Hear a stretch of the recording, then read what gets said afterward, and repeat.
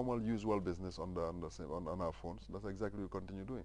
So it's the criminals, the criminal element of us, which is very, very tiny. Again, it's very small. These are the people that will be fearful of SIM card registration.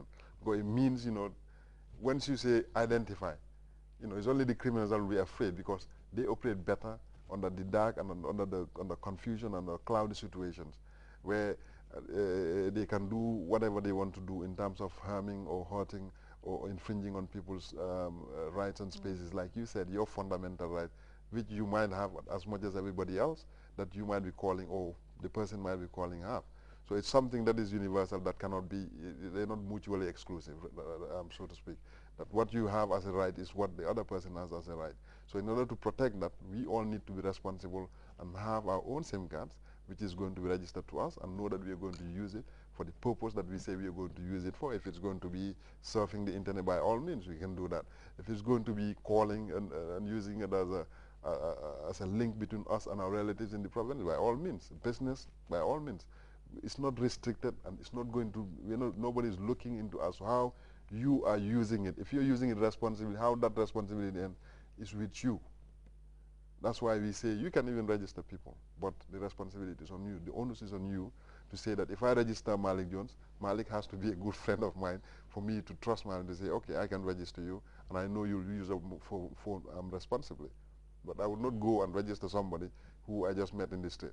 Because the problem we had, the reason why we're doing that is that in Ghana, what happened was when you say register and people can register people, people just walk out and they say, my bro, I'm all over ID card. And you know, that type of thing, and it's like, oh yeah, I have one, can you please register me quickly, I just want to make a phone. And somebody would do it, not with, if there are no consequences at the end of it, then it means people would do it willingly to say, you know, I'm just helping somebody out, you know, you register so you can have your phone. But we have to be responsible, and we all have to recognize that, you know, this is something that is happening, technology is evolving, and the whole world is evolving with it, and Gambia, by no means, is an exception. So, just to add to what Solo said, there are some people who are always calling and said, what about if someone called me with an unknown number? Because there are some numbers which, when someone calls you, it says on the screen an unknown number. But we always tell them that, you know, wherever there is a situation, we can always contact your operator, and whereby they have checked, they can unmask on the switch that wherever the calls come from and the time and the date, they can definitely expose the call or the caller wherever he or she is calling from. So also, like I said, it's all a personal security. It doesn't matter either your number is an unknown number or a visible number on the screen. We can easily identify that number. So, SIM card registration officially becomes mandatory on the 12th of January. 15th of January. 6 months, you expect everybody. What happens after the 6 months elapses? After the 6 months, every person who has not registered the SIM card or any number that has not been registered will be disconnected by the GSM operator. And you can no longer have access to make phone calls, receive phone calls, text messages, or communicate in any way whatsoever. My number disappears at the same time? Well, as we said, that's the discretion of the GSM operator. Right. They may choose to say, if you come and register within a month of the disconnection, we will give you back your number. Or they may just say, once it's gone, we recycle it, and you take whatever we have for you. So to avoid all those, you know, unnecessary complications, we would really hope that everyone will do it within that time period. We gave them 6 months because we want to account for those who have traveled, those, you know, it's just something that you may not be able to do within a week or two or so, but considering that there'll be so many registration points, on your way to work, on your way from work, some operators are actually going to people's houses, going to people's offices, you know, they're making it as convenient as possible, going up country, doing extreme SIM card tours, you know, going everywhere that they have subscribers. Because if you also don't go, somebody else will go and take your subscriber, because I don't want to be disconnected. I'll take whoever comes to register. So, you know, we're trying to make it as accessible as possible so that within the 6 months, really nobody should have a reason not to have gone and registered and lose your number. So it's not only Pura that is on its toes, but also the operators are also the operators on are their working toes, very hard, making sure that you register. All right, so we've dilated on the theme that it's important that you register your SIM cards, security reasons. You will stop malicious calls, criminal elements of non-registration of SIM cards, all within what we have been discussing here. Now let's look at what other methods are you using to sensitize people, and what yardstick are you going to use to measure that people are actually registering their SIM cards? With the Gambia, it's a very unique situation. Are law-abiding. Yes, when we went to Ghana and Nigeria and other places, you find so much resistance to the SIM card registration. People were just resisting it. Did you find out why? Because they didn't understand it. You know, it was they thought government just wants to tap our calls. It's the whole Big Brother mentality. They want to, you know, listen in on our phone calls. It's just another way to just restrict us even more and find out who we are. In Gambia, it's been so unique in that the consumers, as Solo will tell you, were actually driving the process. When we were doing registration on the phone or text, they were calling and saying, no, that's not a good idea. We have to come in person. Otherwise, you cannot verify we are who we say we are. So we have found that, you know, the sensitization route we've been taking has been media, TV, in local languages. You know, we have staff on the radio every week. We have our jingles playing every week. We're on the radio, newspapers. The GSM operators are also, you know, pushing, sending their text messages saying, come in and register.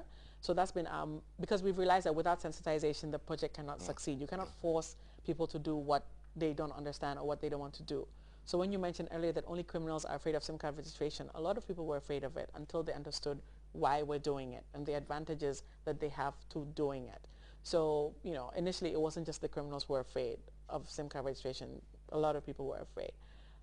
What is our yardstick to make sure people are registering?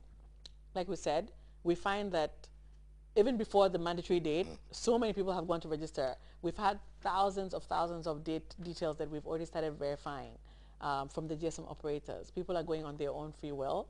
And so we really don't anticipate a problem of having to, you know, encourage people to go. But we're just doing this so they further understand why they're doing it. But Gambians are remarkably law-abiding people, and we found that they've been very encouraging to the process, and they've been, I think Jamila gets one call every 2 minutes on the 148 hotline, people saying, I want to go and register, where do I go, how do I do it? And that's been very encouraging, and radio programs, the call-ins, everybody is saying, this is great, we want to register, it makes sense. Everybody's been affected by the malicious phone calls, the silent callers, etc. So really, you know, we've been very lucky in that aspect that we haven't had to really force, well, we can't force them anyway, but not employ very extensive means towards getting them to register. Somewhere along the line, I learned that you could register about 5 SIM cards per network. Does that mean probably I can register, given my details, if I have a son, my daughter, they are underage and stuff like that, I could give it to them to use, and then I'll be answerable for anything that happens to be a mishap? No. What happens is that you would go and register at your GSM operator as the owner of the SIM card. Okay. And then you would register your child, let's say, you know, Jainaba Jones, as the user of the SIM card. Okay. So the record shows that you own it, but somebody else is using it. Okay. So you wouldn't give them your ID card to go on your behalf. You, because you're taking the responsibility, would have to go with that person physically to the GSM operator and say, I would like to register my child. This is her name, and I'm registering her as a user, or my grandmother, or my grandfather, or my uncle. You would go in person. If they cannot go with them, if I cannot go, my grandmother is 99 years, she cannot work. Well, that's been a concern a lot of consumers have raised with us. And even though our initial plan was that for you to go with them in person, what we realized is because you are taking the responsibility for the use of that line, it's not necessarily always a must that you go with them in person, but whoever you're registering supposedly under the name of your grandmother, as long as you understand that you are responsible for whatever happens on that line. So where it's possible, it would be nice for you to be able to go with them, but if you cannot, like we said, the onus is on you. So you just make sure that you register responsible people that you can really guarantee not to behave. Yeah, these are some of the concerns that we receive on our 148. It's a toll-free number, which you can call from any network, you know, raise your concerns, and, you know, so that we can allay your fears that, you know, whatever you are doing is something which there is a confidentiality in it. Because in the sense that, you know, like people just don't want to, we want to assure you that you cannot just register anybody that you know on the street. You have to know exactly what that person is and what he or she is capable of doing.